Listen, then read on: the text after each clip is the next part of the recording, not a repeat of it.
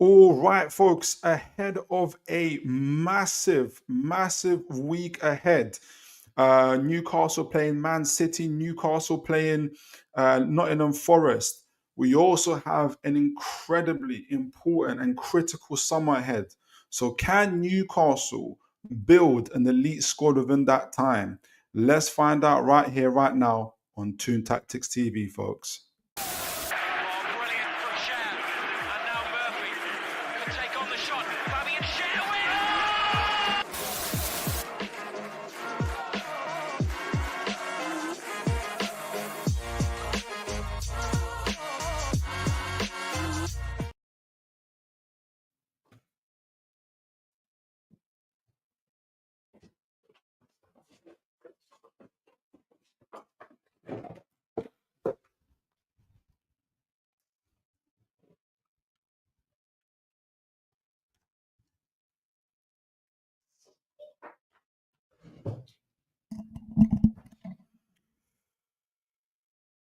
All right, how are you guys all doing this evening and this day? I'm so looking forward to today's episode, guys. Evening, Aaron. Good to see you. So already here in the comments, guys. Good to see you all. I am looking forward to today. I had it on my mind for a little while. I was like, man, I kept on thinking in terms of like, how are Newcastle going to, with all this talk about PSR, wage turnover, contracts being renewed or not being renewed. I think part of it what was maybe kind of sparked off was kind of rumors around maybe Callum Wilson's contract being renewed. And I was thinking, why are they renewing Callum Wilson's contract and what does it make sense? And you get some people obviously saying, hey, it's Eddie Howe's friends, he's renewing their contracts for his friends. And I just couldn't think that would be the reason why. But the main reason why I'm doing today, I'm going to be doing tonight's show around essentially kind of kind of making my own projections and predictions and ideas around what I think Newcastle, what they are, what we are hoping to, and what we are planning for in this window and in this summer, and how we're going to do it. I'm going to first kind of so this is probably the first of maybe of like a 2-3 part series um, where I'm going to be talking a little bit about the financial stuff. As again, as always, guys, I'm an armchair fan on this stuff. I'm kind of looking and reading a lot of like from financial experts like Kieran Maguire. I think the other gentleman's name is Professor Wilson, and a few guys like Swiss Ramble, a few guys on X who seem to know about their finances, putting it together on X, and some are getting somewhere of a ballpark figure. So I wanted to go with it for you guys and see what you thought. I'm going to be talking about what I think Newcastle will spend, I think Newcastle will the amount of players they're going to bring, wages and stuff like that, and what it could mean. I might even show you what we'll debate over which players they will bring in, but I'll be interested to see what you guys are thinking. I think part of the purpose of that as well is for myself anyway, and I'm hopefully for you guys as well to to I think Newcastle are heading into a very exciting yet critical stage in our growth, in our development as a football club, as a team, as everything in terms of especially going into this year. It's already crucial, obviously, in this next couple of weeks. Like I mentioned earlier, playing Forest, playing Man City, and these are essentially 6-point games, especially when we're talking about the qualifying for the Champions League, and obviously with the League Cup final, and we're progressing the FA Cup final. So just this year is important. But even going into this summer window and what we're going to be doing, I think is going to be critical in Newcastle's growth. So I want to go on this journey. I want to go with you guys and see what you're saying. Before I do, got a comment here from Aaron Kane, as always. Excited about the potential sign of Antonio Cordero. So I do. So am I. So am I. The little bit I'm learning about him, I've seen a few. I saw a scouting report from Jake on X as well. Watched a few Brazil scouts on him as well. The comparisons made. He looks exciting. Him and Backstag. Him and I don't know too much about the young gentleman from Turkey. I forgot his name now, but I'm going to be actually putting together a program as well about the signings that we've made of players, especially from abroad, as well as our academy as well. So do look out for that. I'm really, really curious to see what you guys think. Cordero, don't know much of him, but he looks like a good signing for the future. I totally agree. I totally agree. So so let me kick it off, and I'm gonna make a statement from the beginning in terms of where I think Yildiz. That's it, Yildiz. Nice one, Aaron. Appreciate you for that. Where I think Newcastle are heading. This is just my projection. This is this is Philip playing Football Manager essentially. Let me make sure you guys can see that. Yes, you can. So, given the data, I think for this summer coming up, Newcastle will spend. I've given an average spend of 133.5 million pounds. I think we'll recruit around 4 players. I think the average weekly wage per player will be around 66 k per week, and a contract length of 5 years. Um, this will keep, and I think that our current this is I think our so that's just to kick it off. So I think we're going to bring in 4 players. I think we're going to spend about 133.5 million. I think we're going to spend about 33, just over 33 million per player on average. Though obviously that's going to fluctuate. So for instance, if we, for instance, bring James Trafford and we're rumored to buy him for about 12 to 15 million. Johan Bakayoko came up today, and it's rumored that we're going to come in for 40 million. So you can just see like that. I think it's going to average out per player around 33 million. So that's my initial projection, and we're going to talk about how I how I came to that, and what it means in terms of for the actual squad build itself. So I also think that currently we're under the after we've sold or we've loaned with an obligation to buy for Lloyd Kelly and Almiron. I think, which I think hopefully will go through. I think are currently under PSR threshold by about 74 million. So this isn't just me actually, because you guys would have been here a few weeks ago when even Kieran Maguire was saying that he thinks we're roughly around 80 million under the PSR threshold as well. So this isn't just me like just coming up with numbers out of my of myself. There's some actual professional financial guys that are saying it as well. So I feel like I'm in the right kind of ballpark figure as well. And with our current wage at let me just zoom that in.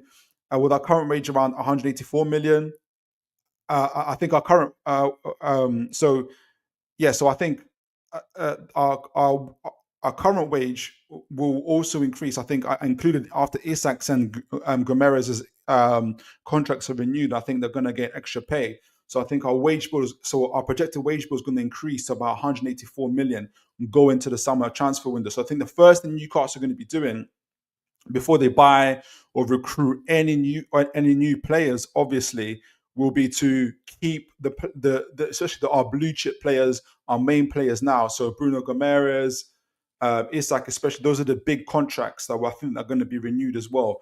And I think that's going to also probably have a little domino effect on other contracts. So some people, I don't know if it's true, but I've heard it said, for instance, on Kieran Trippier's contract is that that his, if say for instance Isak or Bruno get an increase, he too will get he'll too ultimately get some form of increase as well. Not necessarily that's true, but it's not uncommon for players to have that as well. So I'm thinking about that, kind of factor that in as well. And I think we're going to have we've been projected to have a turnover that's going to either equal to or break 300 million. Again, this isn't me saying that. This is obviously information given from other financial experts, that the stuff that we've heard on our newspaper from Mark Douglas and others as well.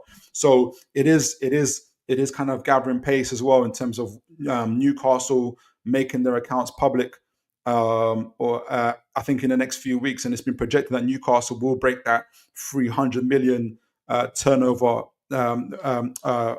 projected turnover as well, which is really big news. So what does that mean? So how have I partly how I've come back to these kind of to the earlier figures where I mentioned that we're going to buy 4 players, we're going to spend 133 million. and that we're 74 million pound under the PSR threshold. If you guys remember from the previous show, we were talking about the PSR as well, and it's not just PSR. There's going to be two factors. We're going to be talking about the PSR, obviously, which is essentially our losses, and the amount of losses we're allowed to have, which is 105 million. Me saying we're about 74 million under those thresholds, under that threshold as well. And we're also going to have to come look at the new UEFA wages to turnover rules as well, which is obviously taking into account that teams can only essentially compete in the Champions League so long as their wages to turnover, so that including agent fees, wages, fees, are all the equivalent cost of that is 70% of our overall turnover as well. So I'm going to be talking about that. So I think that's what Newcastle are also paying attention to as well. So in terms of the PSR itself, going into the 3-year cycle, we talked about how from 21-22 to 23-24, Newcastle had a 73 million loss, 70 million pound loss, and then going into 23-24, we've made a profit of approximately 24 million, and that's basically us not buying anybody. So January we didn't buy anybody. This June, obviously, we're probably not going to buy anybody until after the June 30th date. So therefore, the projected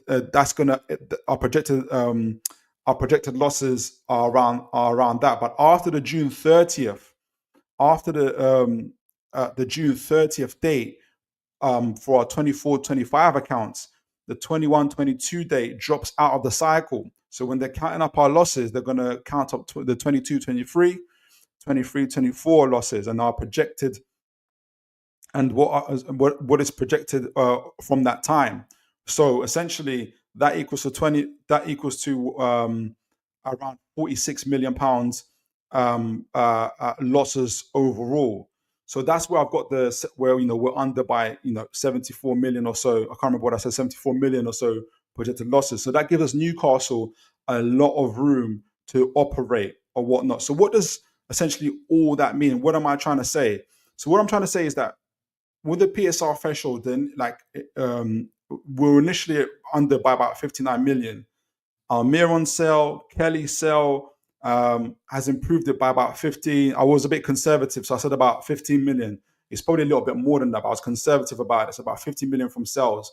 So that puts us around the 74 million pounds, just under that threshold by about 74 million pounds. So that gives us a lot of headroom as well, kind of going into this summer. It doesn't mean that we're going to blow all that 74 million. So essentially, you can buy, if you look at it, you can buy about seven players for about 60 million pounds each with that kind of sort of threshold. Obviously, I don't think Newcastle United are going to be doing that.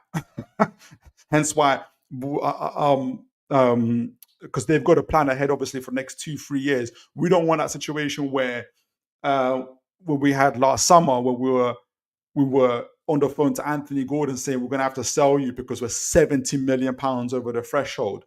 So that's why I've come up with a more kind of conservative spend. We're going to be looking over that 3-4 year cycle as well. Next 2-3-4 years. We have to plan and ensure that we maintain comfortably under the PSR, as well as looking at the PSR, as well as looking, at the wage to turnover as well. So that's going to be the important part as well.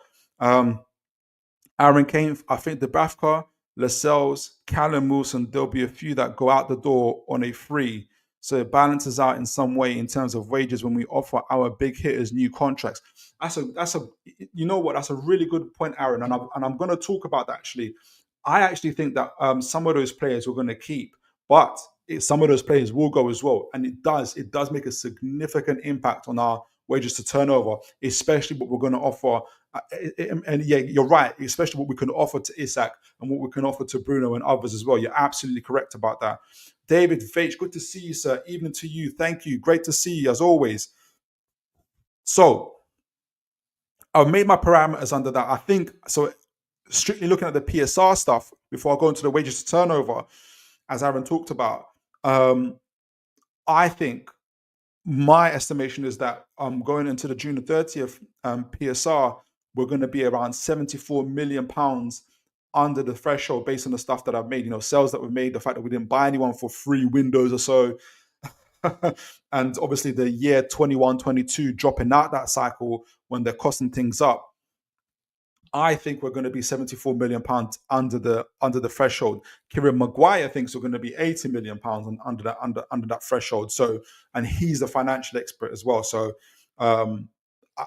it's good to be in the same kind of ballpark as actual financial experts like him. Our current wage bill, and this is the information that's out there, so our current our average wage bill, which has risen significantly. I can't remember if I got this from the newspaper or not. Is reported to be around 94 grand and £600 in the last financial year. So that's the average out. This is actually risen from about average of 50k. So it just shows just how much Newcastle have grown in terms of wages. Which has led to our actual wage bill, the overall wage bill, to rise to £187 million over that 52-week period. That's how much we're paying for wages, £187 million. So after selling Almiron, who again, these are estimated costs. If you go into Capology, if you go into transfermarket.com or FBRev, all these guys have different wages for different things. You'll see Kelly's wages here for 30k, for instance. People have reported it to be 100k. I think these all kind of how do I say, average out at some point. It's possible that it's Kelly that's got a 70k, for instance. I think it's more likely that Kelly's got a 70k and Almiron's probably got around 50k or whatnot.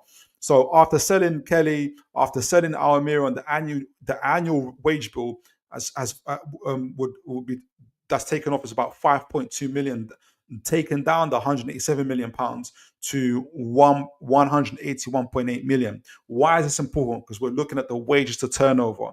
So the last reported turnover, so before 24-25, this is 23-24, the last reported turnover was 250 million. So as it stands, this is as it stands, if these calculations, as it stands, our wages to turnover before the sales of Kelly and of Almiron was 187 million to 250 million, which makes our wages to turnover 74.8%. Now remember, the conditions for the Champions League for the new UEFA rules is 70%, and after sales of Mr. Kelly and Mr. Almiron, it puts us 181.8 million to 250 million, which puts it down to 72.7%. That's what I think it is. It's around that. But if you ask Kieran Maguire, and if you saw who I would, I take his advice. I'm going off of him. Really, I would focus on him. He puts us at 68%. So he thinks with our current wages to turnover, based on the information that he's got, which is better than mine, he puts us at 68%. I'm more than happy to take that. But I thought I'll just be honest to get like I said, I think it's more likely, for instance, Almiron earns about 50, he's got on about 50k, for instance. So that wouldn't surprise me as well. So yeah, I'm sure still keeping within the same kind of ballpark. If I'm just 4% off what Kieran Maguire is doing, or just nearly 5% off Kieran Maguire is doing, I'm more than happy with that. Again, these are like guesstimates. These are armchair. This is armchair Philip pretending to be football manager, financial expert stuff. But at least I'm 4 or 5% away from the actual financial experts who are doing that. So I'm just trying to set things up of where I think Newcastle were heading to. So somewhere between, I think it's around 72%. Kieran Maguire says 68%. You can average it out. I think we're in decent financial shape going into the year as well. And it goes into what, and I'm going to speak about it dropping even further in terms of the players that are likely to go. And it's exactly, but also the fact that our revenue is going to go up, and I'm going to talk about how that revenue is going to make a change to that 72% as well, because our revenue is destined to rise. Remember, I'm measuring it according to the old cost, which is 250 million. We are projected to have an increase in revenue of 300 million, possibly even more. So obviously, that then the wages to turnover drops down from 72% to something lower, which I'm going to talk about as well. But before I do that, I just got one more. I got another comment here from David Veitch. I think the reasoning behind extending Shaw Wilson contracts is to bring in young talent at low prices with high talent to develop. And I agree with you, David. I said that's exactly the track that I'm going on. I think Newcastle are building a very robust squad that's gonna be able to almost run itself with the experience and talent they've got. But that's a very, very good point, and we're gonna and I think we're on the same lines. We're heading to the same lines here. So remember, I've got it at the current percentages of the current revenue gotten up. So once our accounts released, hopefully within the next few weeks, I'm going to come back to this, guys. I'm going to come back to this. I'm going to readjust the prices according to what is factually out there in terms of our public publications, and we'll be able to kind of deduce a little bit more about where possibly our PSR is and where our wages to turnover is as well. So, there's also going to be the impact of contracts itself. Obviously, Isak, Bruno are going to be the key guys there, because before we go on to buy, I think our real aim is to buy around 4 players, and part of that again is reading the iNewspaper, going off of a little bit of what Craig Hoper said, but especially what the iNewspaper said recently. And I wish I put the article up from Mark Douglas where Newcastle have stipulated that they want to focus on getting a right wing forward, getting a striker. The writing said striker, a right and a right centre back. It didn't mention goalkeeper, but I'm hoping that's because we maybe already bought one or something like that. I really hope we're going to get a new goalkeeper. I think it's not all love, all credit to Pope and Dubravka, incredible, but we all know that to head to that next level, we need a new goalkeeper. So I'm hoping it's 4. I'm really hoping it's 4, and one of them is a new goalkeeper. So, but before we go off and buy all those players and upgrade the team, I've talked about what the potential increases to those wages would be. So if Isak's salary goes from 120k to 160k, for instance, again, it could be even more. Like he's already been seen as one of the best strikers in Europe. In this, heading the same bracket as Haaland and all those other guys. So that we might have to look even higher. But so I've kept it quite reserved, possibly. So if Isak's salary goes from 120k to 160k per week, that's an additional 2.8 million per year, and obviously we're going to add that to the overall wages to turnover as well. Gomes' contract, who again came up on, I forgot what newspaper article, was it iNewspaper or Craig Hope? One of those guys. So Newcastle are also going to be planning to open up contract talks with Bruno Gomes, which makes perfect sense. Obviously, captain Isak, we he's going to be. So I'm going to be talking about him as well. I want to get you guys' thoughts about whether Bruno stays, for instance, as well.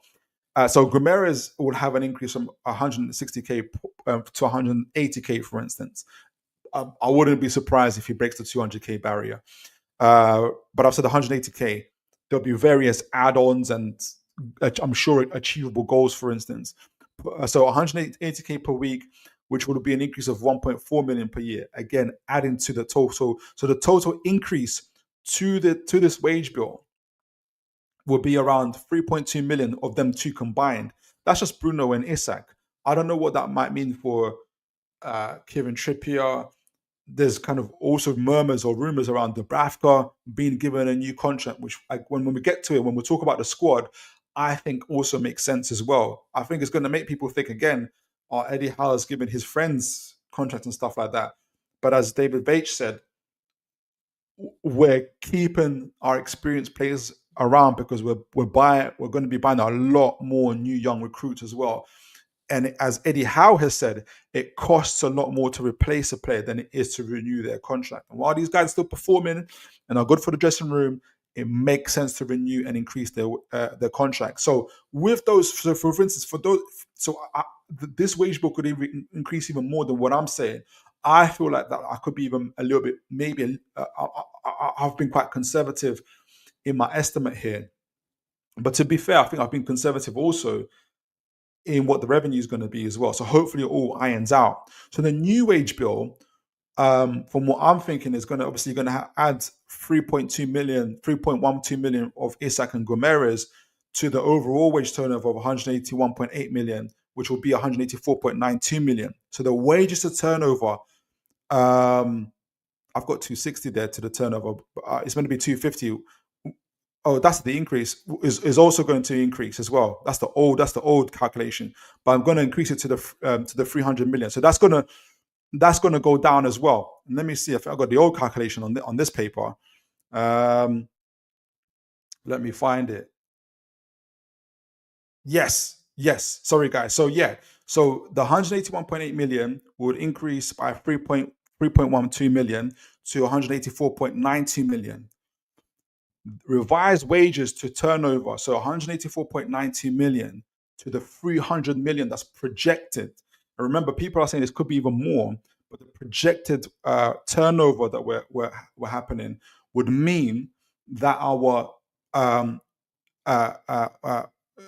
squad cost ratio, or the wages to turnover, which is relevant to the UEFA, it will go down to 61.64%.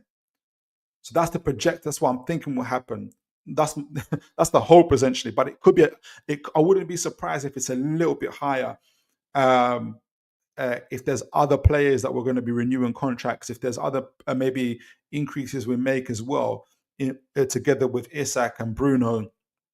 Maybe Gordon is in that as well. Maybe Botman's as well. I don't know, but I think it would be Gordon, Bruno, Isak, for instance, who'll be a part of that. So maybe it's a little bit higher, but just to kind of talk about what I know, what I've seen out there. I've seen Isak. Obviously, we're going to be coming to him with a new contract, and I've seen Bruno that we're going to be coming to him with an improved contract as well. So with that wages to turnover, I've got it at 100. I've got us to 61.64% as well. So that's positive. We'll be under the PSR as well. So that's the good thing about it.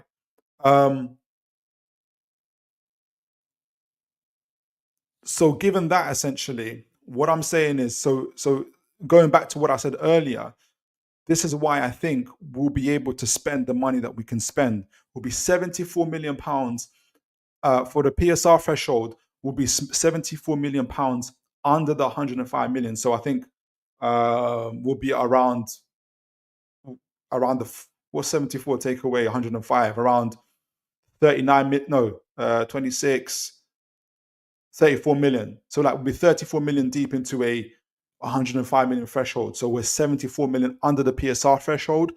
And I think we'll be also, and then around 61, 62% of the overall wages to turnover under the 70% conditions that we need to meet for the Champions League. Remember this, Kieran Maguire, again, I keep on stippling, Kieran Maguire, who's the actual football expert, already has us at 68%.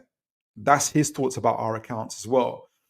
So for if we do get our 300 million revenue, and if even it's a little bit higher, I would expect his calculations to be even to put us at even lower as well. So that'll be interesting to see. So we're 61% around the wages to turnover, 62% around for the, what did I say? Yeah, 61.64% wages to turnover, and we're 74 million under the PSR. This is after we've done the contract increases. Isak's happy, he signs a new contract. This is the blue, the sky is blue, the grass is green world. Isak signs the new contract, Bruno signs a new contract, everybody's happy. We're 61% into the wages turnover, we're 74 million under the PSR threshold. We are now ready to spend. And so before I do that, before I kind of talk about that a little bit further, what would that mean? So let me see what you guys are saying in the comments. I'll be interested to see if you guys are following what you guys are thinking. Isak needs to be, yeah, look, I don't dispute that at all, Oliver. Isak needs to be on 200k. You know, that could be like that could even be the base salary, and there's going to be other goals that, you know, i.e. you scored, you know, once you get to 10 goals, we give you an extra 50k. Once you get to 20 goals, we give you an extra 100k. All that stuff is going to be thrown in there. Absolutely. You know, I wouldn't be surprised. I wouldn't be surprised at all, Oliver. All top players, yeah, exactly. Aaron Cave, I wouldn't be surprised if we see a sale of Harvey Barnes in the future, with Sanusi in the future breaking in to be back up to Gordon. That would give us more headroom to spend in other positions.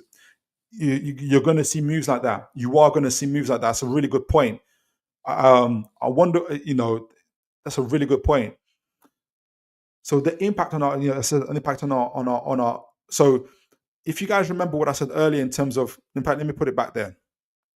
So going back to, with, you know, 61% for the wages turnover, 74 million pounds under the PSR. Those are the main things for people to remember. Those are the main things I remembered as well from.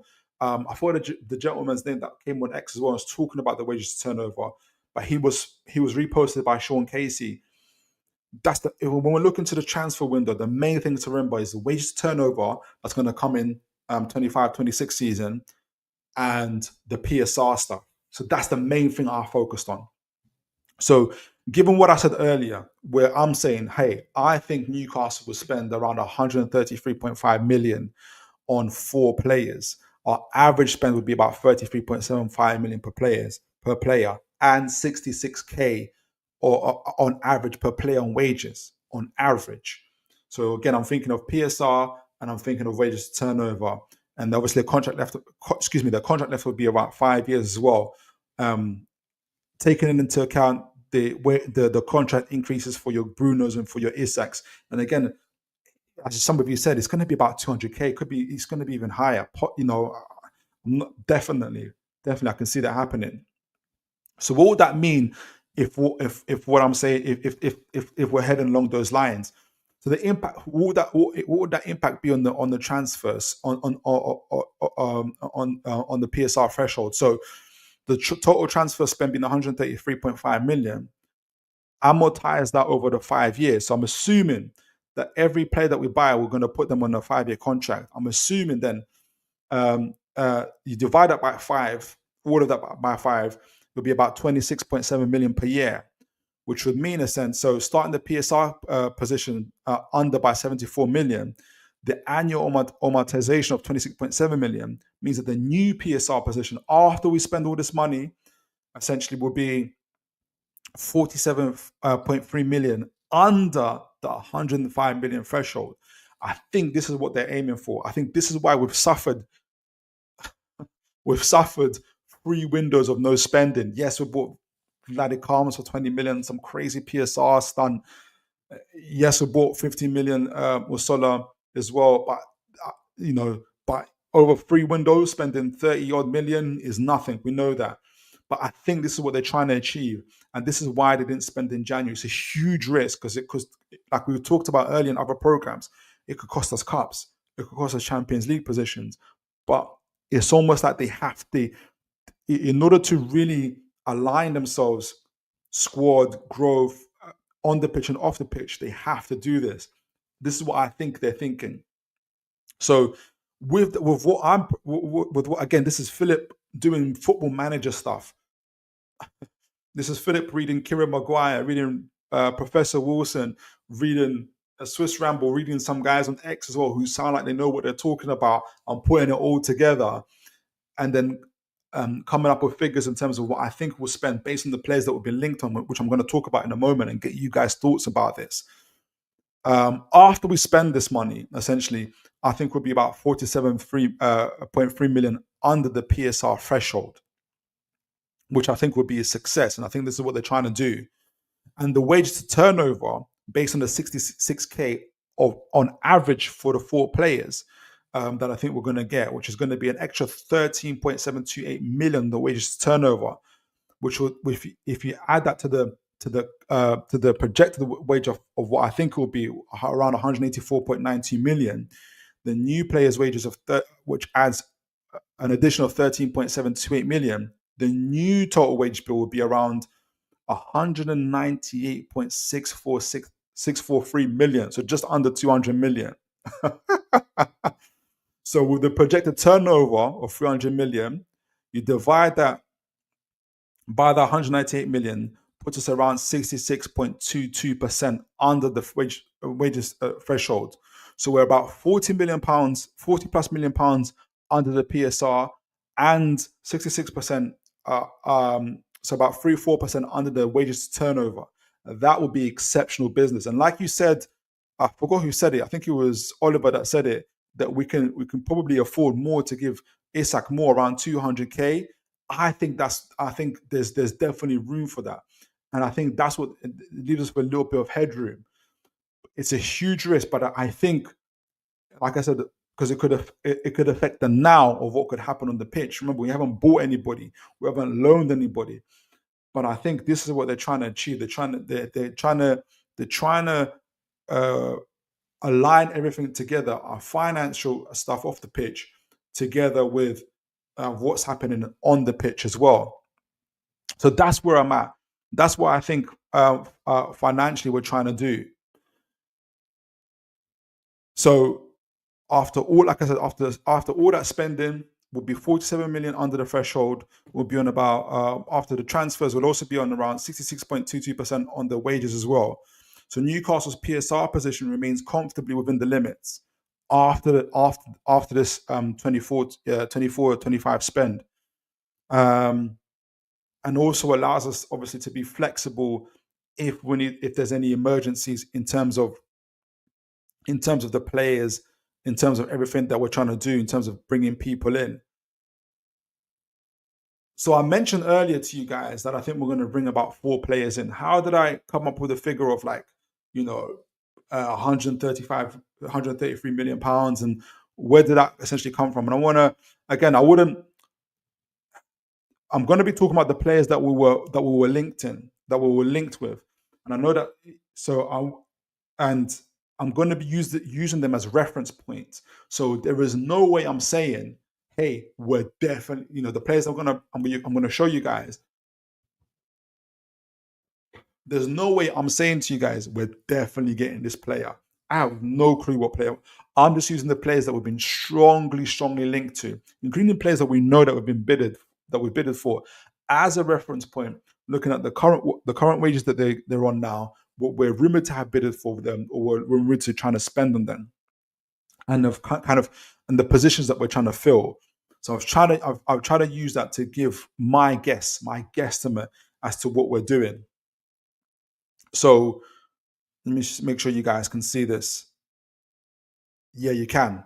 So for the positions that we're talking about, from what I read on the Iron newspaper from Mark Douglas, and you guys always know why I lean towards Mark Douglas, because, as I always say, he's the only man who sat down with Paul Mitchell for 90 minutes, an hour and a half, and did an interview with him earlier this year. He's the only journalist that got that time with Paul Mitchell.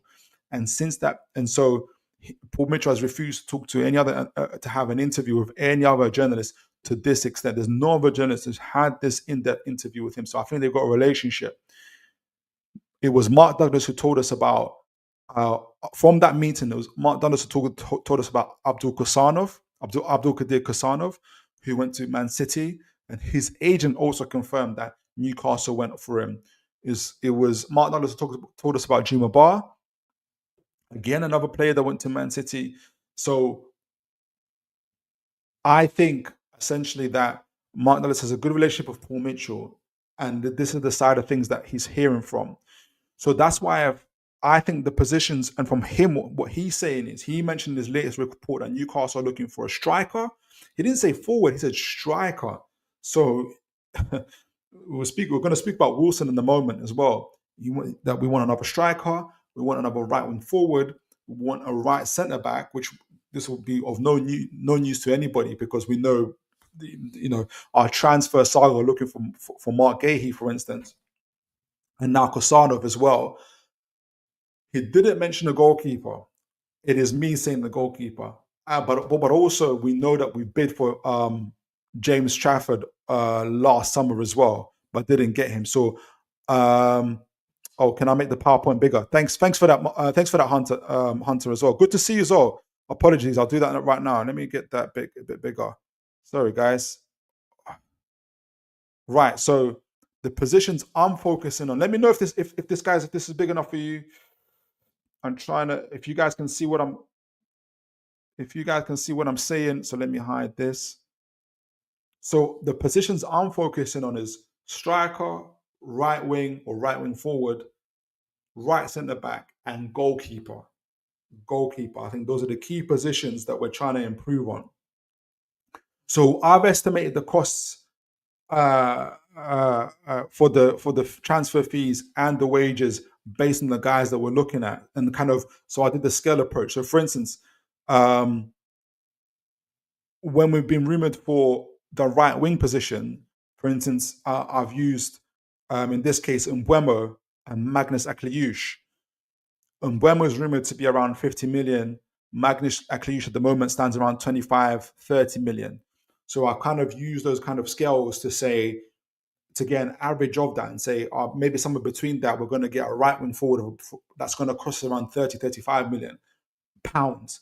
And it's interesting that, for instance, today we're rumored to be going to bid for Johan Bakayoko for 40 million euros, which averages out to be around 35 million pounds as well. So I feel like I'm somewhere in the ballpark with some of these figures as well in terms of that. So, so for the right wing forward position, where I think it would be around. For all of these guys, for all these positions, I think on average we're going to for all these four positions, on average we're going to pay about 33 million per position. But obviously, if we're getting an Mbeumo for 50 million and we get James Trafford for 12 million, obviously there's that kind of scale. But on average, I took the so say for instance we bought Magnus Akliush, and for the forwards as well. Actually, you guys can't see it here, and I've included. Excuse me, I included the strikers. So for the strikers, I said I looked at Hugo Ekitike, who we've been linked with before, and for instance, João Pedro, who we know have been linked with before. So the difference in their current wages is 35 to 50k.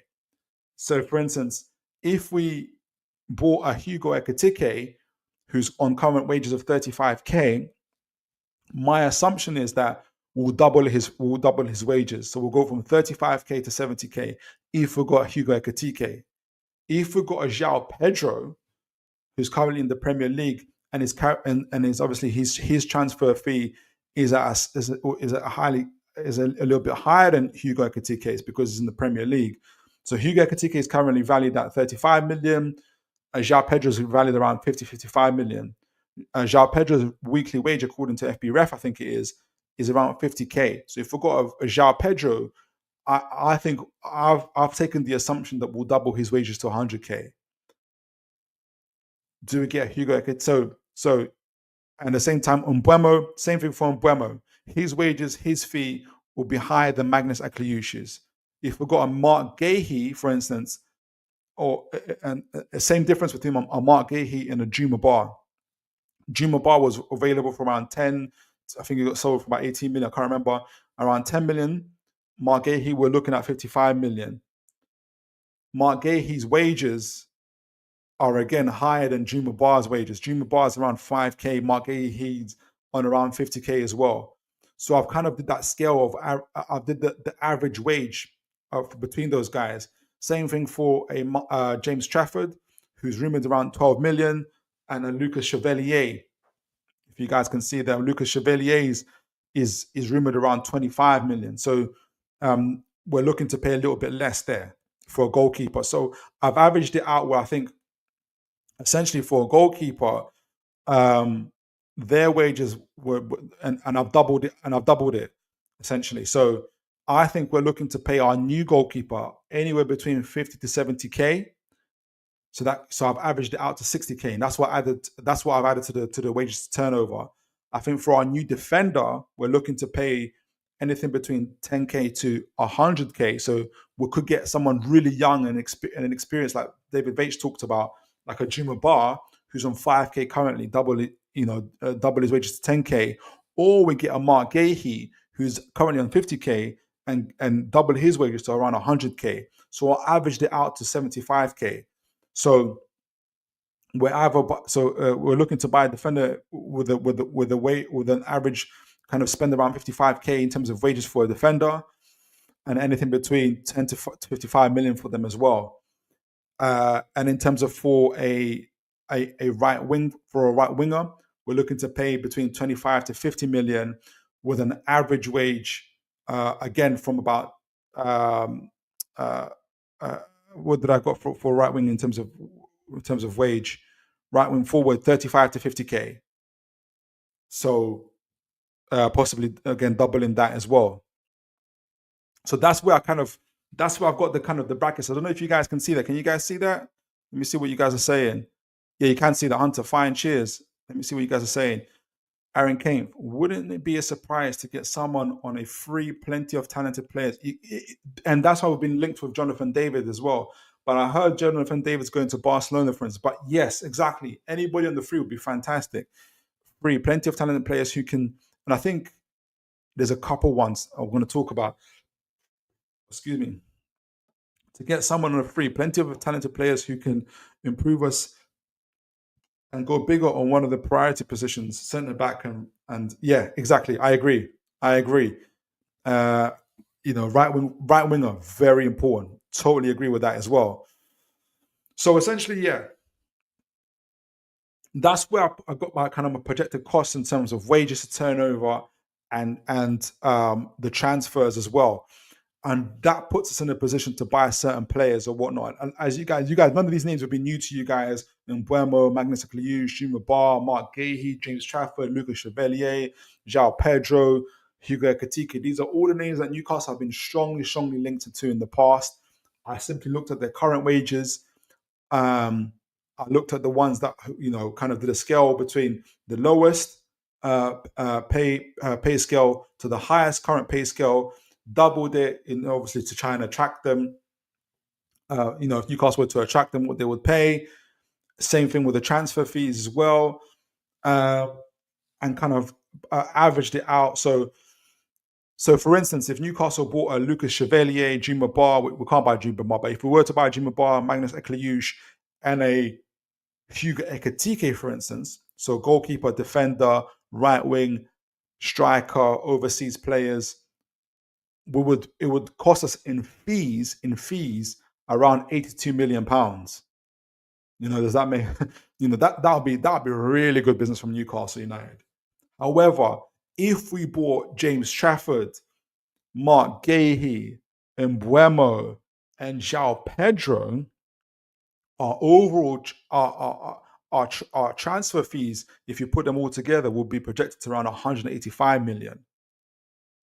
So I simply just averaged it out and said, what's the average mark between 82 million and 185 million is 133.5 million.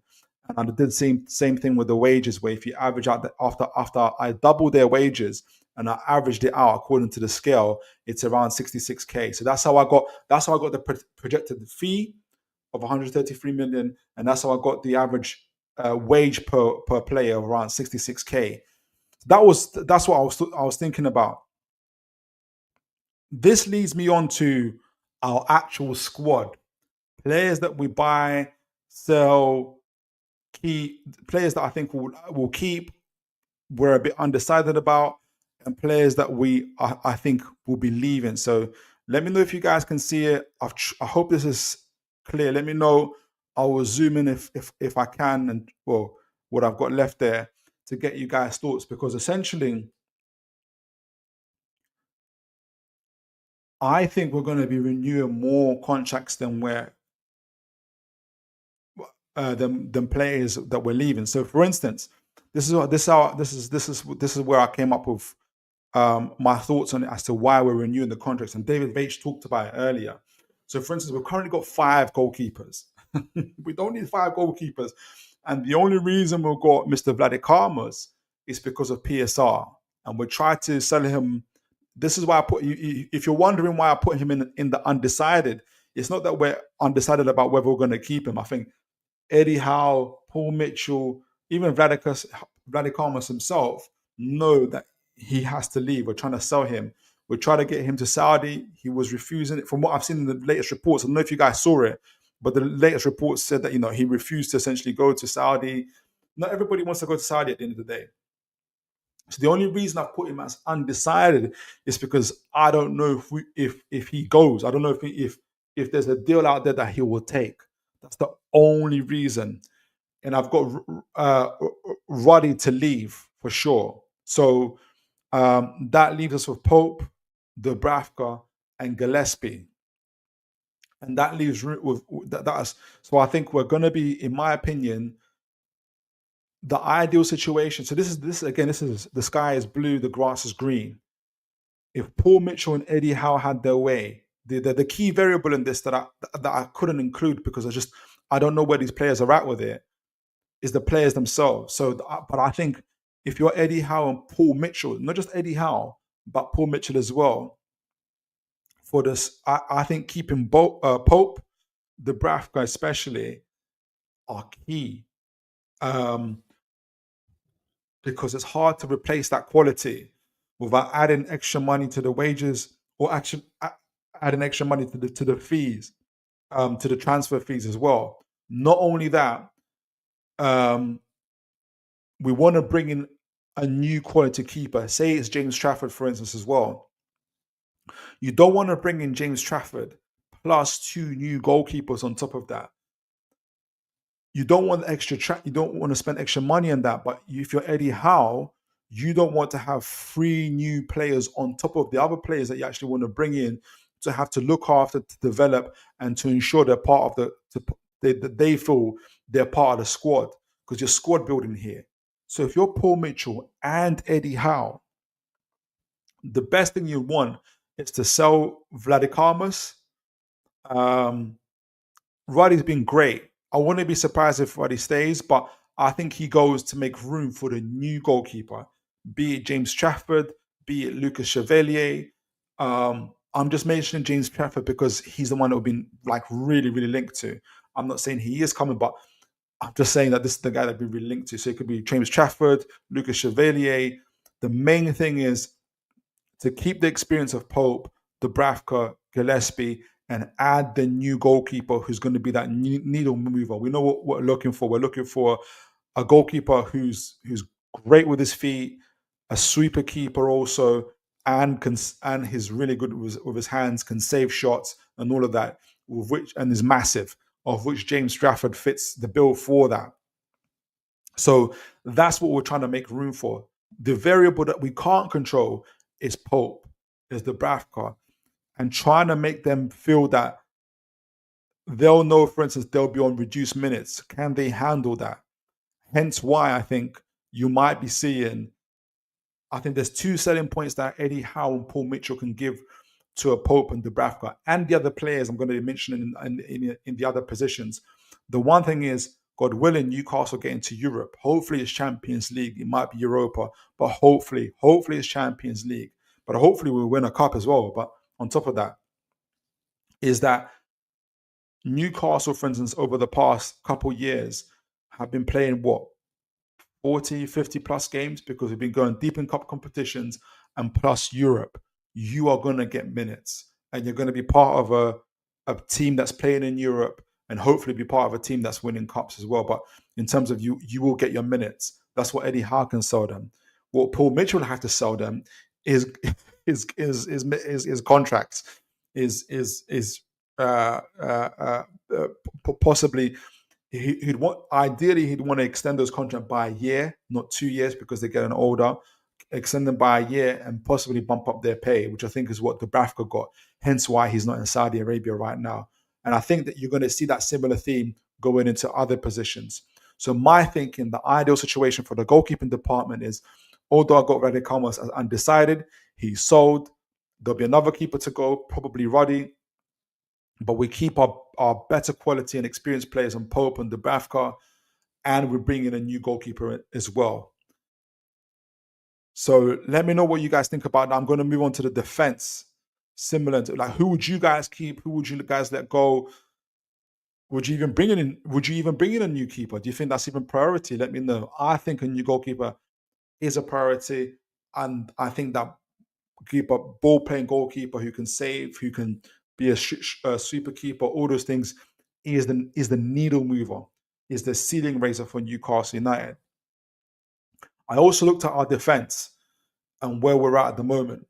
And when I was thinking about it, initially I had like us selling, like letting like 3 or 4 players go. But then the more I thought about the squad and building of the squad, the demographic in terms of age, experience, and continuing that winning culture, the more I thought that it is unlikely that we're going to let any significant players go. We know that Jamal Lewis, you guys remember? Not Jamal Lewis. Yeah, Jamal Lewis. You guys remember Jamal Lewis? he's still in our books. His contract is due to run out this year. He's going to be let go for sure. He's actually in our squad now. He's been named in our squad in the Premier League going forward. He's one of our left backs, obviously. And Jamal Lascelles, I think, are going to get let go, because I think Jamal Lascelles, God bless him, he's been an incredible servant. But I think we're going to let him go because we're looking for that new right centre back. I think we're looking for that new right centre back as well. And I think that right centre back is going to be in the same kind of mold as Shah, except for more athletic. He's going to be good on the ball. He's going to have a long range passing. He's probably going to be a lot more athletic in terms of speed, recovery, pace, and all those type of things. And I think Jamal Lascelles is going to make room for him. The 2 players, and let me make sure you guys can see this, because I got a lot of pictures in here, and you guys will notice that there's faces to the side as well. The 2 players that I've got undecided on is Target and Trippier. Before I get into it, I'm gonna get you guys' thoughts on this as well. Let me see what you guys are saying.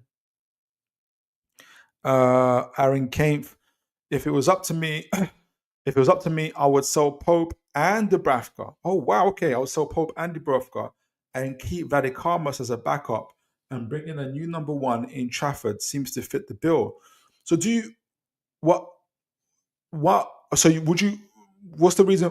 Are you thinking more, Aaron? Are you thinking more in terms of when you sell Pope and Dubravka? Are you thinking about the transfer, getting money back for those players, as well as kind of taking their wages off the bill and kind of making it more room that way? What's your reasoning behind it? Because the reason why I'd keep Pope and Dubravka is because of their skill. Obviously, I still think they got quality there. And I think they're still good, as long as they're good for the team, which I think Eddie Howe wouldn't have it any other way. The reason why he kept Dubravka is because he's still good for the team, for the dressing room, and so is Pope. But also, I think they can add that. They can help the new goalkeeper who's coming in as well, and to have. So, for instance, having Pope, for instance, in that recent FA Cup draw against Birmingham City, where Pope made some outstanding saves. He rotated with Dubravka, having that quality, having that squad, which I'm gonna show you guys at the end. To kind of, for instance, have those type of goalkeepers, that quality in the early stages of cup competitions like FA Cups and League Cups, maybe even sometimes like Europe, I think is a blessing. So, and I think both Dubravka and Pope are better than Vladimir. So that's why I would keep them, and I think that's why they might consider bumping up those contracts to keep them here as well. But in terms of the defenders, guys, let me know what you think. I'm undecided on Target and Trippier, not because of their quality. We're going to get a new right centre back. That's for sure. Like, our newspaper have said it, Craig Cope has said it.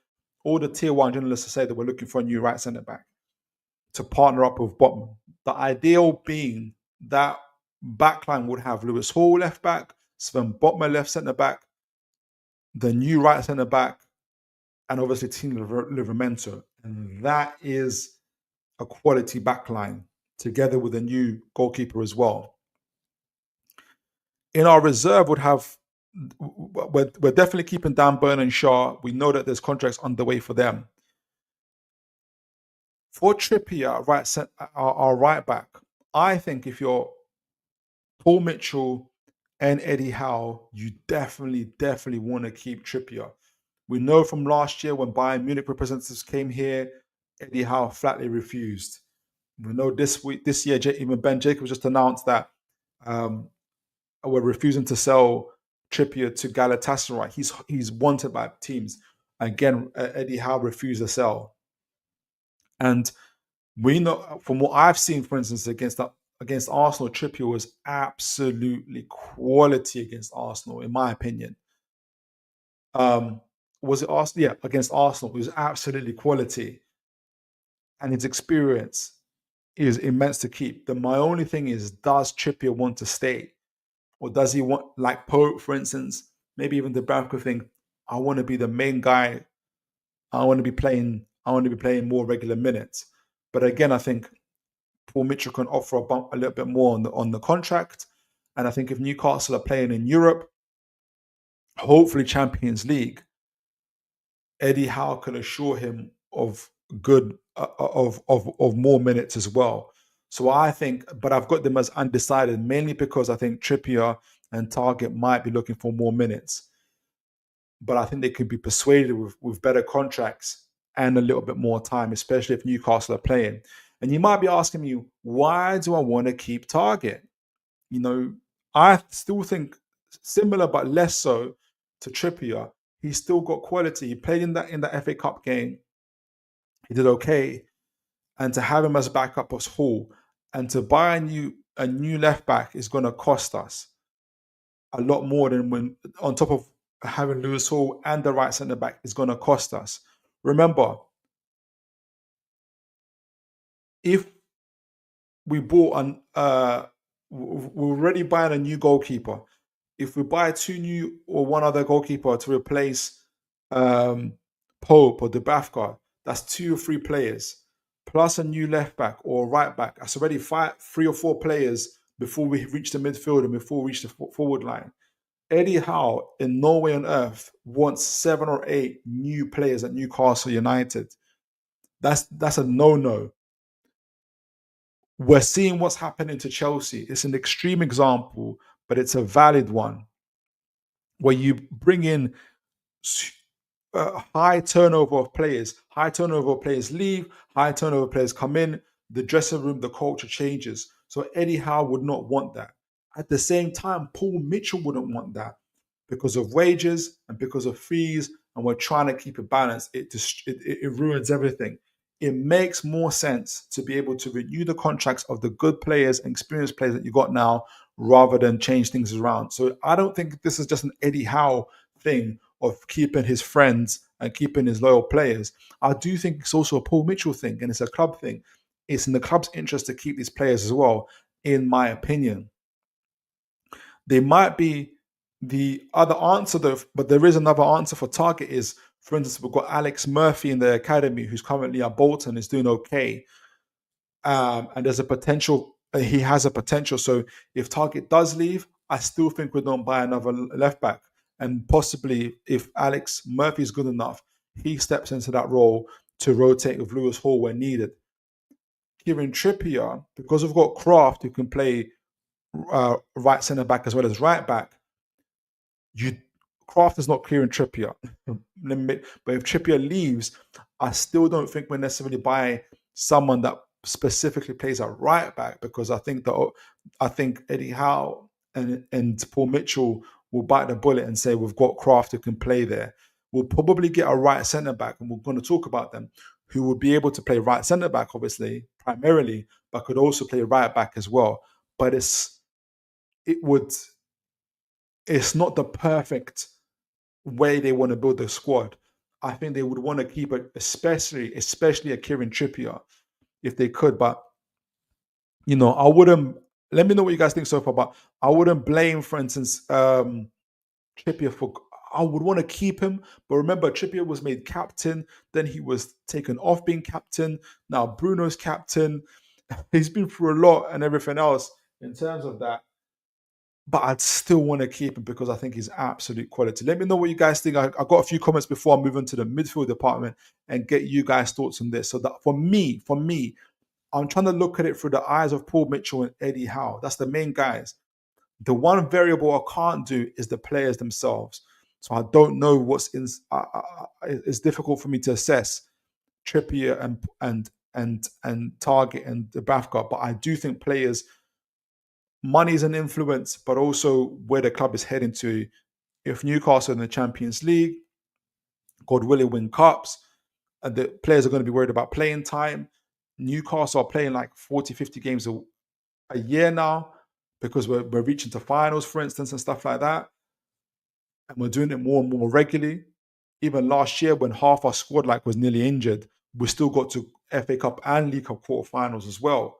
So Newcastle are playing more and more games because the squad is getting better and we're competing more. So minutes are more available to more players. So if it's minutes for that Target's worried about and Trippier's worried about, I think we're going to get more, especially being in Europe. And I think we can afford to give them bumper contract. But let me know what you guys think. Got a couple comments in here. Aaron Kane, thinking about reducing. Okay, so this is your previous comment. Thinking about reducing the age of the squad. Yes. And long term, we are moving away from them anyways. But I appreciate Eddie phases players out. Yeah, exactly. And I think by next year, obviously I'm not looking at I can't. That's even beyond 2026. Would it be 26, 27, 26? Yeah, 26, 27 season. You will see more of those players phased out. For sure. I just don't think it'll be this season. So, for instance, even in the goalkeeper, I said, look, we're going to get, in terms of age, if Ruddy leaves, Vladikambos leaves, that already reduces the age.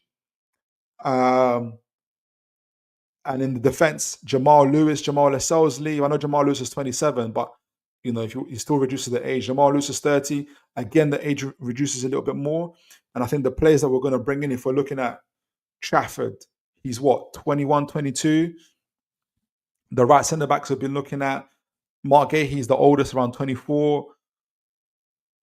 We've been linked to Dean Huijsen, who I think is brilliant, is 19. So I think even with the I think slightly limited a number of players I've got leaving. I think Paul Mitchell and Eddie Howe, I think are heading into this direction. And what sparked this off is the rumours around Callum Wilson's contract being renewed, which is from the Chronicle. The Chronicle talked about it, but it makes sense. And I know people were saying he's not here, but I'll get to him in a moment. I think even with this current approach, which takes a little bit longer, I think the age still goes down. We've already sold Lloyd Kelly as well, and Almiron, who's in his 30s. So slowly the age is going down, and the wage bill. So that's my initial thoughts about it. But again, I wouldn't be surprised. Of what you're saying comes to pass. Kova, good to see you, sir. Hope you're well. I'd rather keep Pope, Dubs over Vladikambos, I think. So would I. Far more ingrained in the team and genuinely better. That said, would still take a number one. The Kelleher rumours as well. Kelleher has been he's fantastic on the ball. Kelleher, Trafford, Lucas Chevalier, one of those guys of that ilk. I prefer Trafford a little bit more. I wasn't so keen on him before, but he's definitely grown on me. But Kelleher, cool as a cucumber. I would love him as well. Aaron Kane, if Trippier leaves, Kyle Walker-Peters would be and he'll be free. Exactly, would be free on a free. Has a great versatility, can play right back and left back. That is really, really, really good. And there's a kid as well for Burnley called CJ Riley. I don't know if anybody here in the chat knows him. CJ Riley. He's going to be free, and he's young. He's about 21, 22 years old, former Man City Academy graduate. So he's good on the ball as well. So there is those type. You're right, Aaron. There is those type of deals. He plays right centre back and can play right back as well. So there is those type of deals available as well. So those options are open to Newcastle. But and it could definitely still happen. I just think ideally for Eddie Howe in particular, he has those relationships with Target, with Trippier. When Howe says he loves these players, these are his players. He really means it. He has relationship with these players. So uh, uh, uh, uh, definitely, these are. I think this is what he preferred to have as well. I think Paul Mitchell too. But yeah, Kyle Walker-Peters, CJ that I mentioned in Burnley. I think those are the guys.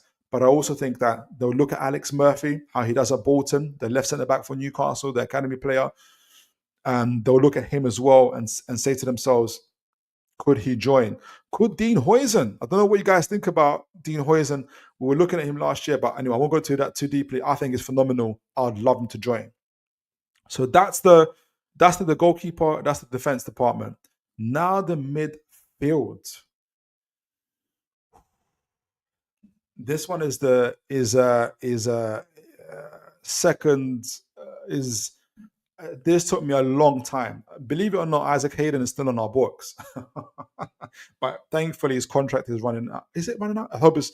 No, is it 2027? Guys, let me know. But I can't remember, but I hope it's this season. But I've got him on to leave. I think ideally, and let me know what you guys think. Ideally, both for Paul... And I know the rumors around Sean Longstaff and Harvey Barnes I'm going to get to in a moment. So just keep that in mind. But I think ideally, if I'm Paul Mitchell and Eddie Howe again, I think you try to keep this midfield going for another year. Given again that they're going to be 1 year older. Obviously, the three amigos, Bruno Guimaraes, Tonali, and Joe Linton. The only one, we've got to keep them intact. With Joe Linton getting a little bit older, but that's fine. The reason why I've got Bruno also in the undecided is his contract is up for renewal, but we know that Man City, by literally almost all tier one journalists, have been so strongly linked with him. Now, I know some people might say Man City have recently bought Nicolas Gonzalez. I forgot from where. I don't know too much about him, but he's a defensive midfielder. Therefore, Man City don't need Bruno Guimaraes. But listening to Guardiola's recent interview, where he talked about, the style of football is the Newcastle style of football, Brighton's, Liverpool's, Bournemouth's is the way forward, essentially. He also said in that small clip that although he's always preferred to have a smaller squad, this year has taught him that he has to have a bigger squad. I don't think therefore, as a result of that, I don't think that just because they got Nicolas Gonzalez, that they don't try and go for Bruno Guimaraes again. And that 100 million release clause is no longer there no more. We know that. And if Man City come with an £80 million offer and they're dead serious about Bruno Guimaraes, that's why I've put him in that. I've got him 50-50 to stay. What I think would help him stay is us getting Champions League. Obviously, he remains captain. God willing, again, we win the League Cup, maybe even the FA Cup, maybe even both. He knows he is absolutely loved here. He knows that Man City being Man City, he's guaranteed trophies there too.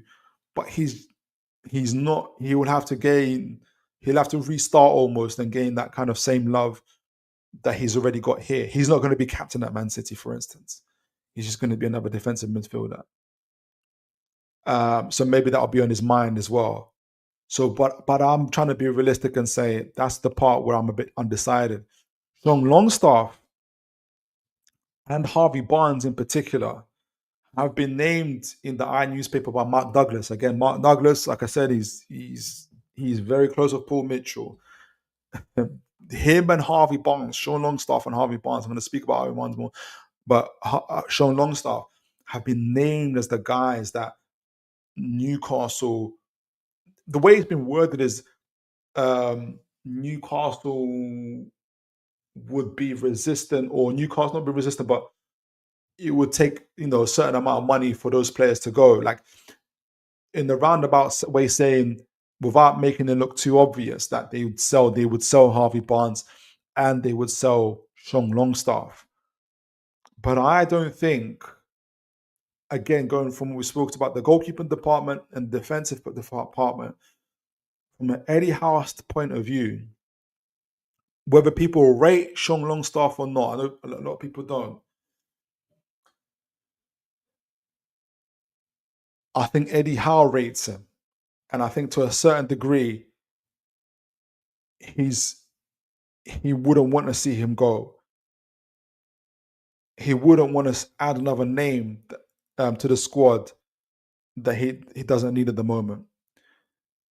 If Sean Longstaff leaves, obviously, we've got Miley who's going to pretty much step up into that position. But it would leave us having to buy. I think we would have to buy another midfielder. I know that, for instance, Hearns, I think because the gentleman's name Hearns, who's in our academy, currently playing at Augsburg, he's the closest one we could possibly get. But I'm sure you guys are already shaking your heads. I don't think our academy players are quite there yet. I like the look of Anthony Munda. I don't quite there yet. I don't know if you guys can see on my screen, but I've got a young Chris Rigg on the side there. He would be an ideal replacement for Sean Longstaff, an ideal. And I wouldn't be surprised if maybe we still go in for him, because I know Man United are really, really hot on Chris Rigg. But Chris Rigg is Geordie born. His whole family are Geordies. It must be painful for him to wear that football kit every day.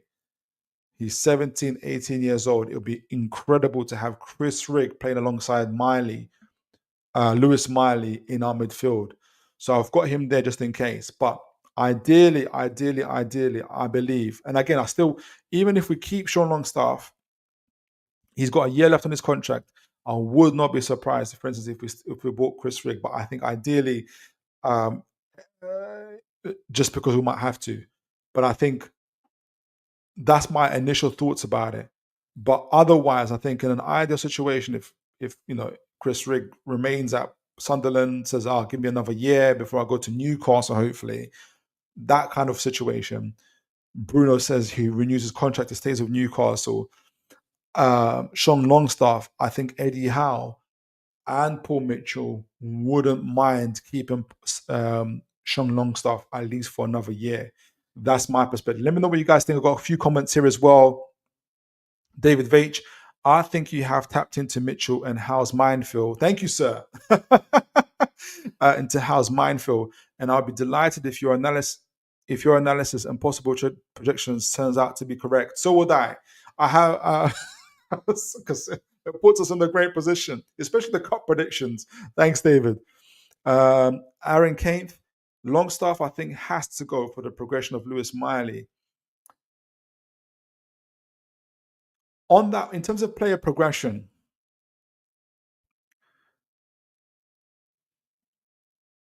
Newcastle United's progression is what matters to me.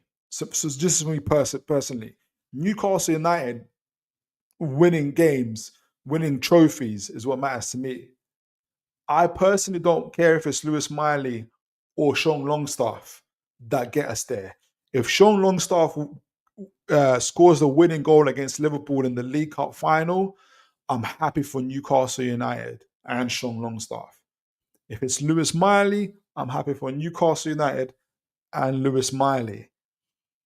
If, in terms of Lewis Miley or any other player, be it Newcastle or any other team, if Lewis Miley is good enough, which I think he is, if you guys have been on the program before, I rate him so highly. He's going to overtake Sean Longstaff anyway. He's already doing that this season. The only reason he's not playing more often is because of the injuries. Sean Longstaff knows that. I think it's a big reason why Sean Longstaff and Harvey Barnes, I think for the same reason, around game time, and the fact that, for instance, Harvey Barnes is having to contend with Anthony Gordon, Sean Longstaff is having to contend with Tonali and Lewis Miley. They know that their game time is significantly reduced. So I think that process is already happening. But for me, the club's progress always supersedes the progression of any player, no matter how much I love that player. And I think Lewis Miley is going to be an absolute ceiling raiser. But again, if it's Sean Longstaff that scores the winning goal against Liverpool, keep him. I don't mind. So that's where I'm at. But I know what you're saying, Aaron. I hope I made what I said and clear. Aaron Kane. I don't see us selling Bruno. I hope so. It will take us back so much. I totally agree. It would send shockwaves in our progression as a club. He's here for a few years for me. I hope so too. I hope that he sees himself leading us out as captain, leading us out to our new stadium, that we've already won a cup double, League Cup and FA Cup double. We are always in the Champions League. We're actual title contenders. And he sees that for himself. That's what I really hope as well. I'm like you are on Bruno. But I've put him there because I just think it would be unrealistic of me to just to be on that. And if I'm being trying to be as balanced as I can when it comes to Bruno and Man City, it's always mentioned with the tier 1 journalists. And with the renewed contract now coming up as well for him, for an improved contract, excuse me, I think that puts everything into perspective. So that's where I'm at in terms of the midfield. The ideal thing for Newcastle is to keep Sean Longstaff and obviously keep Bruno. I would not be surprised and avoid making any new additions at this moment in time, because they want to just bring in 4 players at the moment to provide us upgrades. But the more I'm seeing Chris Rigg, the more I'm still thinking that perhaps they might do that. But ideally at this stage, I don't think they would make any additions into the midfield. The newspaper hasn't mentioned any additions either in terms of the midfield areas. They've mentioned striker, right wing, right centre back. They didn't mention the goalkeeper. We've already been. I'm hoping that we'll definitely get a new goalkeeper. Lastly, our forward line. Now, our forward line, according to the newspaper, Mark Douglas, and I think Mark Douglas is again is gathering his information from Paul Mitchell. Our forward line, we've sold our mirror on top of that. Our forward line has got a couple spaces in it. That being the right wing position or right wing forward position, but also the centre forward position. The main reason why we've got the centre forward position opened is because Callum Wilson, who's thankfully now available and did score against Birmingham City after O'Sullivan did a miskick. Callum Wilson, who I was hoping against Hope would be available for at least 20 games this season. At the moment, it's looking more like 10 to 15 games a season. He's not as available as we need him to be. And Usola, and watching the FA Cup game from you guys that watched it with me, he's got so much raw potential, but he's not ready to lead the line for us on a consistent basis, the way we need him to do, the way Callum Wilson can, for instance, even though Callum Wilson's not available. And that's why I think Newcastle are looking for a striker on top of a right wing forward. I think so. That's my main reasoning for it. And as mentioned in the newspaper, we're definitely looking for a striker. And I think on top of that, why at the beginning I had Callum Wilson on the leave bar, but I moved him to the undecided before I said we're going to keep him. And partly because I know the Chronicle don't get things right so many times, but I think it makes sense to keep Callum Wilson on top of the Osola, on top of the new striker that comes in, and together with Isak and the right wing forward, I think we'll have about 7, what's that, 1, 2, 3, 4, 5, 6, 7, 8 forwards. I think Osola, I've put him on the undecided. Should we get that new striker and right wing forward and keep Callum Wilson, we would have the flexibility of sending Osola out on loan where he will play regularly. And then we'll decide from that loan. Hopefully he gets 20 GA for wherever team he plays at. And we say, you know what? By the next year, 26, 27 year, Callum Wilson can be phased out the squad. Osola can come in, join the new striker, and hopefully join Isak, who will still be here as well. So that's my thinking behind it in terms of why Callum Wilson stays. He stays for his experience, his quality when he's available, but also partly because we're gonna phase in hopefully Osola in the next year or two in terms of the Newcastle squad, and the striker that comes in, like was mentioned, Jonathan David's is a free agent. That'll be the ideal signing. But once I heard Barcelona rumors, I said, we're gonna have to spend here. But yeah, that's my thinking behind keeping Callum Wilson. Harvey Barnes. I've got Harvey Barnes in the undecided section only because, again, consistently, he's been mentioned together with Sean Longstaff as the players that Newcastle will be willing to sell.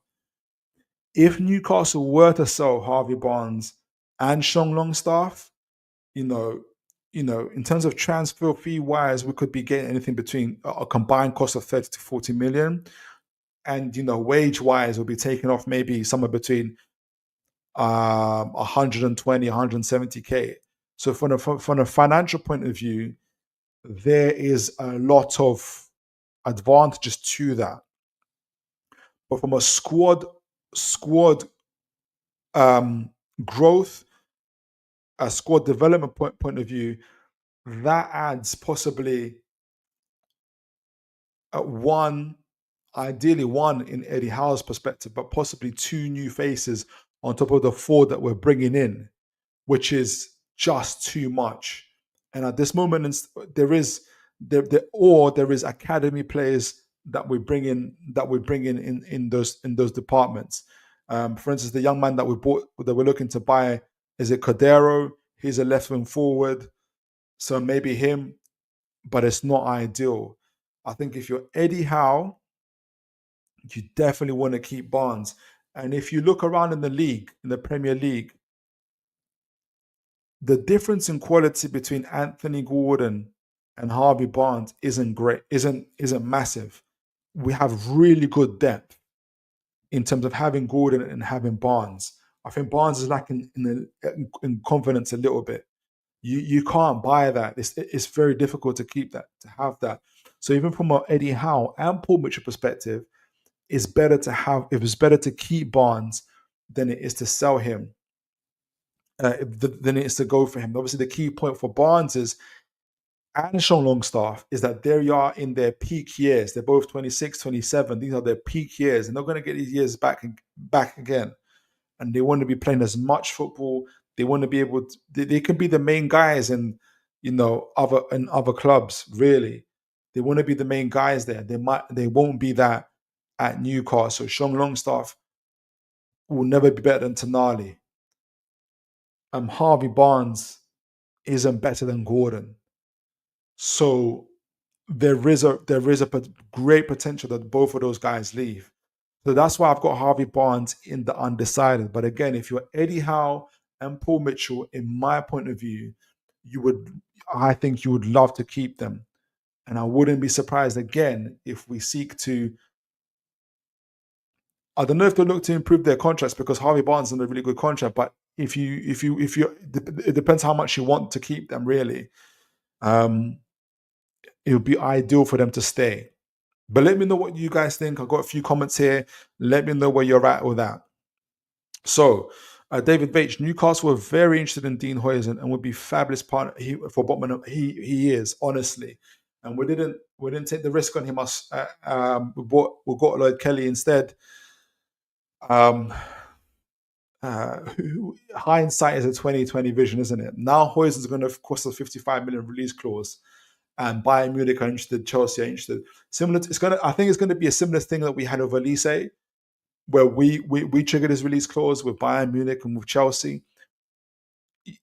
I'm not so much worried about Chelsea, not because they're not a huge club and everything else, but I think the way they've been run, Chelsea, if you're a young player who has any ambition about himself, he actually wants to develop, I don't think you go to Chelsea. Bayern Munich for me would be the main threat if it's us, Chelsea, and Bayern Munich. But if you look at Newcastle United, if you're a young player, you might think, yes, in terms of recent trophies and history, as of recent, we're not as big as Bayern Munich or Chelsea. But if you look at the development of other young players your age, Lewis Hall, Tino Livramento, Lewis Miley, Gordon, the list just goes on and on and on. You're thinking this is the place where I can develop and actually grow and be Isak, that I can develop and I can grow and I can be. You're looking at Newcastle United under one of the best coaches in our league. So Dean Huijsen would be ideal. I absolutely agree. Aaron Kane, this might be controversial, but considering Wilson's injury record, and I think the robustness, you need to be a striker for us in our high pressing system. I don't even think he's a reliable to keep. And you know what? You might be right. I just looked at the FA Cup game where he scored. He's been out for so long, but he's still there in the right positions. And I think he's still there and he's good for the team. And I think they're thinking about Osolo's development as well. And I think that, like I said, the ideal position is get a new striker in, keep Callum Wilson, and Callum Wilson's going to have even less gaming when the new striker comes in, right? So he's going to be playing maximum 10 games a season. Most of those games he's not even going to start. And the new striker will be rotating with Isak. This will allow Usola, this is about progression. I think this will allow Usola to go out on loan. Probably a newly promoted side to the Premier League. Hopefully he scores 20 goals a season. We're like, hey, we're going to keep Usola. Or B, he does okay, and there's teams that will be willing to pay 20, 25 million pounds for him and we get a profit. I think that's how Newcastle will try to operate. So I think that's how we keep Callum Wilson. And if it means bumping up his contract for that kind of outcome that I talked about, they might do it. David Veitch, the great news is Mitchell is bringing in Salia and a couple more of our squad in a year and a half. Exactly. And those are the guys they're looking to bring in. That they're trying to start that conveyor belt, but they need to keep as many experienced players as possible without having to make too many changes to the squad as it is. So speaking of the squad, I talked to you guys. So I'm going to show you guys what I think the squad might look like at the end of this transfer window. You're not going to agree with some of the names. I'm not like hard set on the names that we're going to bring. That is just to kind of show you a vision of what it could be. You're going to say, I don't want that right winger. I think this right winger is better. Fine. The main thing is to show where I think the upgrades will be, and also where our depth will be at as well, and how it makes sense. So as I've mentioned, I think ideally Howe keeps ideally a minimum amount of players go. Ruddy, Jamal Lewis, Jamal Lascelles, Isaac Hayden. So that's about 4 players that leave. He keeps the rest, and the 4 players that come in will essentially be at least 3 of them will be needle movers. The new goalkeeper, the right wing or the right wing forward, and the right centre back. Those are going to be the right wing forward. So what does that look like? Let me see if you guys can see. Again, I just came up with some names. Right wing forward, I've got Madueke. I can imagine some people shaking their heads as well. It could be Johan Bakayoko. It could be Mbuemo. It could be Kulusevski. Just stay with me. I've got Madueke because I like the profile of Madueke. Similar to a Dibbling, Kulu, Cole Palmer. They're tall, athletic, good at dribbling, good at shooting, creative. And I think if any concerns around attitude stems from the fact that he's at Chelsea. I think if you bring him to Newcastle United, just like Gordon, that soon Eddie Howe and the team, if they believe in him enough, will come out. But again, I just gave him as an example of the profile of player that I'm looking for. So our front line, for instance, will be Isak, Gordon, and Madueke, with Barnes,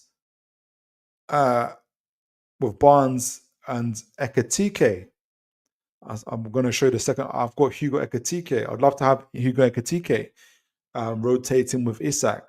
They're similar type of profile players, both very, very tall, pacey, dribbling, can dribble, can shoot, are lethal as well. So I got Hugo Ekatike, Madueke, Jacob Murphy. We know all about him. Midfield stays the same, no changes there. And our backline's got Hall with Target backing him up, Botman with Burn backing him up, Dean Huijsen with Shaw, Livramento, and Trippier. And I've got James Trafford with Pope backing him up, and we know Dubravka is available as well. So I think whether it's I think the first team here is a team that definitely can compete on all four fronts. It can beat any team on its day. But in order to be able to compete on all four fronts, Europe, Premier League, a League Cup, FA Cup, which is what I think the owners and Eddie Howe are trying to create, a team that is not selective about what competition to take serious. An elite team consistently competes for all four of these places, on all four of these fronts.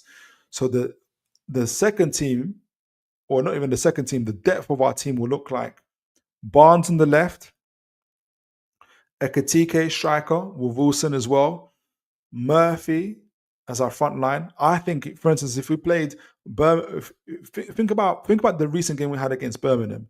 If we have Barnes, Ekatike, and Murphy in our front line, that's a good front line.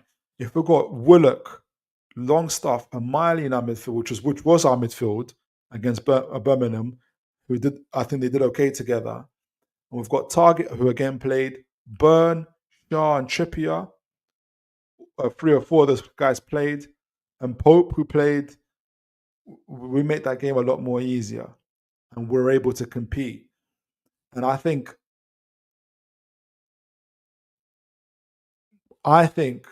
no squad is perfect, no player is perfect, but I think on the face of it, this first team it can take us to can consistently can beat any team on its day. Any team on its day. We're already beating most of the big six guys, or we're getting points. We're only behind Liverpool so far in terms of points against the big six.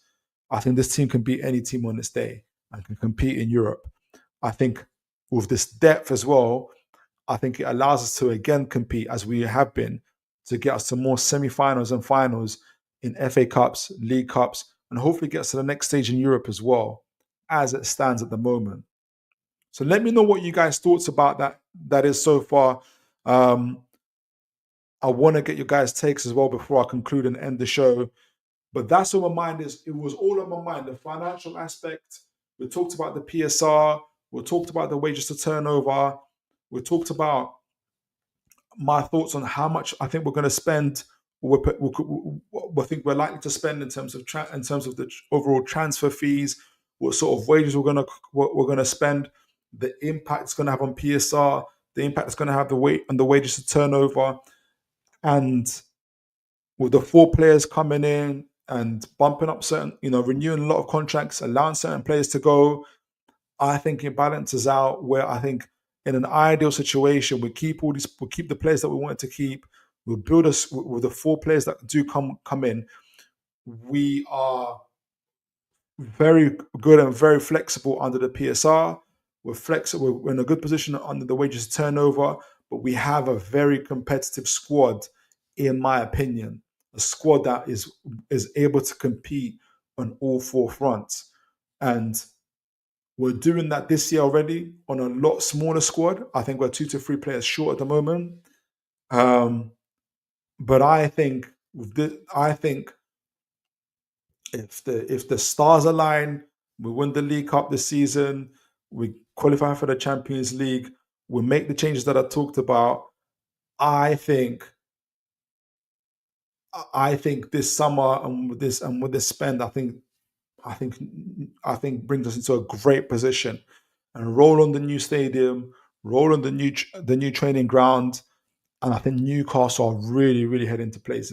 That's my initial thoughts. Let me know what you guys think before I close out. Let me read some of your comments. Aaron Kane, Philip, I'll take anyone. I see where you're heading now. I know what you mean. Ekateke would be a good signing. Just see how going for Calvert-Lewin. I think Calvert-Lewin injured again, and going bigger on a centre back like a Diomande or Malik Chow. Yeah, that could be possible. I think though Calvert-Lewin's availability is just as good as Callum Wilson's. Hopefully, though, looking at the financial aspect, if I'm anywhere close to what Kieran Maguire and others are saying, I don't think we need to buy Calvert-Lewin. I think we can go for I think we can spend up to 35 million for a striker and give them 60 up to 60k, 70k maybe in wages, and still be comfortably within the wages turnover and the PSR element. So I don't think we have to cut back on the striker. Ideally you get like a Jonathan David who's young, quality, but I think he might go to a Barcelona, for instance. So I think we can afford a Hugo Ekatike. And God forbid, if a year, 2 years down the line, Isak, I'm not even going to say the words, is good that we have someone, we have depth. The important thing is depth, in my opinion. So, yeah, but yeah, I hope it's not Calvert-Lewin. Got one more comment here. Adrian Picker, good to see you, sir. Good evening to you. Not tempted to add a number 10 to the squad? That's a fantastic question. And it leads me on to thinking about Matheus Cunha. And here's what I'll say, because I considered putting Matheus Cunha where a number 10 I think would make sense in the world that I've just painted. I know this is me. This is me trying to be Paul Mitchell and Eddie Howe. The only reason, so as it thing stands, the only reason I didn't bring in a number 10 into this is based on the articles that I've read from Mark Douglas in the Iron newspaper, where they were so specific on striker. They didn't say forward, which is what Matheus Cunha is. They said striker. Striker is, essentially is what Isak is what Haaland is. Down is what Jonathan David is. Down the middle, central. That was what Callum Wilson is essentially that. And the right winger. I think the way where for instance, a Matheus Cunha, so my favorite number 10, one of my favorite number 10s at the moment in the league, Matheus Cunha. Where Matheus Cunha makes sense, remember his release clause of 62 million, which is affordable to us. I can't remember how much wages is on, about 50k. We can double that. It can still make sense. where Mateus Cunha, but the only thing is his age, maybe 25 years, but still, where Mateus Cunha or Morgan Gibbs White, for instance, who makes even better sense, why we haven't getting a number 10 essentially, would make sense if both Harvey Barnes and Sean Longstaff leave. And because you would have, for instance, so I looked at Hakon Haraldsson as well from Lille, who can play in that number 10 role. Hakon Haraldsson, Mateus Cunha, Morgan Gibbs White can all play across the front three as well as attacking midfielders, which means Harvey Barnes and Sean Longstaff leaving will be filled by that one player who can play all those roles as well as be a number 10. So I could see a number 10 come in. Essentially what I'm saying is I can see us bringing a number 10 or attacking midfielder who can probably play across the front three, like a Mateus Cunha, a Hakon Haraldsson from Lille, Morgan Gibbs White. If we sell both Sean Longstaff and Harvey Barnes. Does that make sense? So that's my thoughts on it. I'll be excited by that for sure. I'll be excited by that, but I think it's not something that Eddie Howe and Paul Mitchell are pushing for. Would be pushing for to have at this time. But again, in that same article, Mark Douglas at the iNewspaper did say that when Steve Nixon went to scout Jonathan David at Lille, he wasn't just looking at Jonathan David, but he was looking at Hakon Haraldsson. Look him up. I've watched him play about 2-3 times now for Lille. He can play across the front three. He plays on that. He can play left midfield, but he also plays across the front three, and he can play as an attacking midfielder. So Hakon Haraldsson is 19 years old, as Icelandic international. I really rate him. Young. And he was mentioned in the iNewspaper, the same paper that's mentioned Harvey Barnes and Sean Longstaff leaving. There is a potential. There is a potential that you can get. Yeah, it's a deal. So you'll take that. You'll take that. Okay, you'll take that. So yeah. So in those conditions, I would definitely expect a number 10. I just don't think Paul Mitchell and Eddie Howe are pushing for it this year. I don't think they're pushing for it just now. But yes, absolutely. All right, guys. So I'm so happy that I had this show with you guys, because this has been on my mind and on my heart in terms of where I think Newcastle are heading for. I've been thinking about our squad development. I've been thinking about where we could take things. I want to understand. I'm still learning about PSR and wages turnover, and that's what we talked about. We talked about where I think what I think Newcastle projected to spend.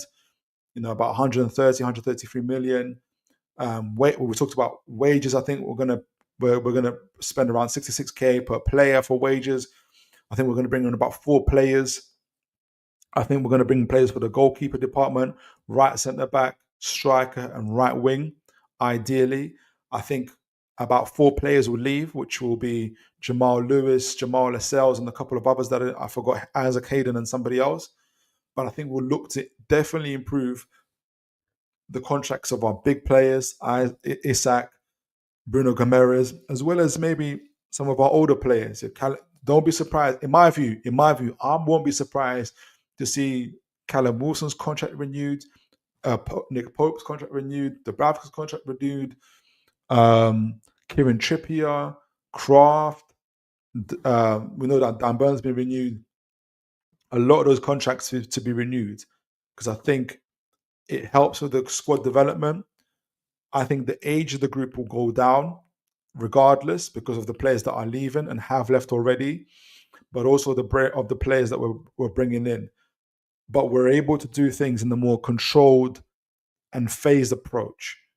And I think with the squad that I've kind of showed you, again, you don't have to like all the players. I'm just kind of picking out players that have been linked to us And I think the type of players that we're looking for, I think the first team is improved.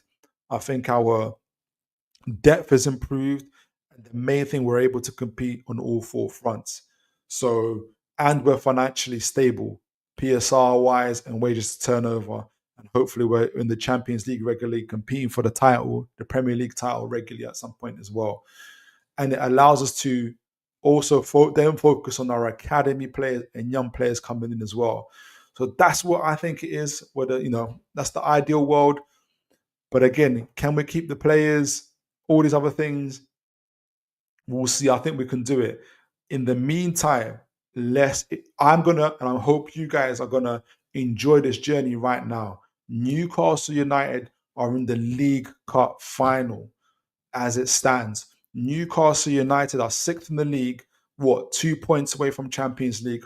We're about to play Man City, who just lost today. We're about to play Nottingham Forest, who are also competing with us for the Champions League, and we can beat them both. We can beat them both and put ourselves into that Champions League spot, I believe. We're in the 5th round of the FA Cup with a winnable tie against Brighton. We could be domestic cup champions at the end of this year. You never know if injuries go our way and everything else. You never know. Just enjoy. I'm just going to enjoy it, and I'm sure you guys are. We're going to enjoy the now and what's happening. We'll let tomorrow take care of itself. But I just wanted to share you guys my ideas, my thoughts in terms of the transfer window going forward. When the publication for the revenue comes out in the next few weeks, hopefully, in terms of what Newcastle, obviously the turnover that we get, I'm going to come back to this and kind of we'll go over some of the financial aspects as well as go over names. I'm going to come back to you guys about this as well and kind of revise it and see where we're at. I'm also hoping to talk about some of these positions in terms of forward line, goalkeeper, a little bit more specifically as well, and see where things and kind of, see where we're at and see what we're, hopefully I can get a guest on as well to speak, to add a little bit more finesse and expertise on some of these positions, players as well, and to add to the show. But so I hope you guys enjoyed the show. Please remember to like, share, and subscribe as always. But as always, guys, make sure you take care of yourselves. Have a great evening. Good night, and God bless, folks. Brilliant from Sham. And now Murphy can take on the shot. Fabian Sham.